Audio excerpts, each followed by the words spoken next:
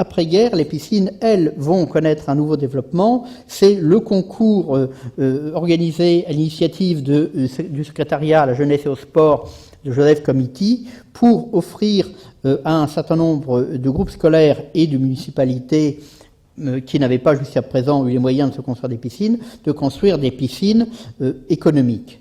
Et ce programme, lancé dans les années 70, va aboutir à quelques prototypes que l'on va voir fleurir à des dizaines, voire des centaines d'exemplaires dans un certain nombre de communes moyennes. Le programme avait proposé deux types de réflexion, des piscines de type économique et des piscines transformables. Le gagnant de ce concours sera Bernard Scholler, qui remporte les deux prix d'un seul coup en proposant sa fameuse piscine tournesol, qui est donc une piscine de plan circulaire avec une couverture pivotante qui permet avoir une piscine modulable, à ouverture variable selon les saisons et qui va être produite à 250 exemplaires. Donc voici ce que cela donne.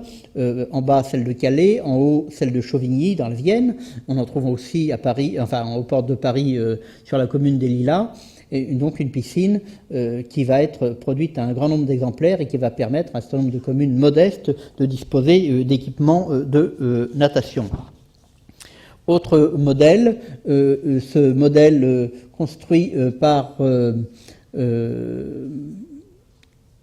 Rocher-Guibert, je crois, j'ai un trou tout d'un coup, le nom doit être marqué dessus.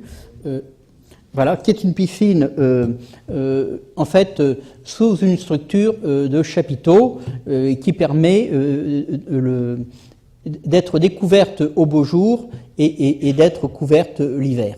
Alors voici le projet, j'y reviendrai tout à l'heure, car en fait elle n'a été, à ma connaissance, produite qu'à 2 ou 3 exemplaires, donc malheureusement elle n'a pas eu un très gros succès, mais pourtant c'était une formule d'avenir qui avait été reconnue comme telle. Autre type de piscine, la piscine construite par l'architecte Mawas, qui est une piscine donc à toit en fait qui se rentre ou qui se sort et à volet ici pliable et dont on a eu quelques exemplaires, en particulier celle de Saint-Jean-de-Maurienne qu'on va voir à l'instant. Voici donc le bassin d'hiver ici et un bassin extérieur qui pour les beaux jours était donc accessible. Donc cette partie-ci était totalement ouvrable et une partie du toit ici était également ouvrant. La piscine Caneton n'a pas fait l'objet de production, donc j'en parle pas.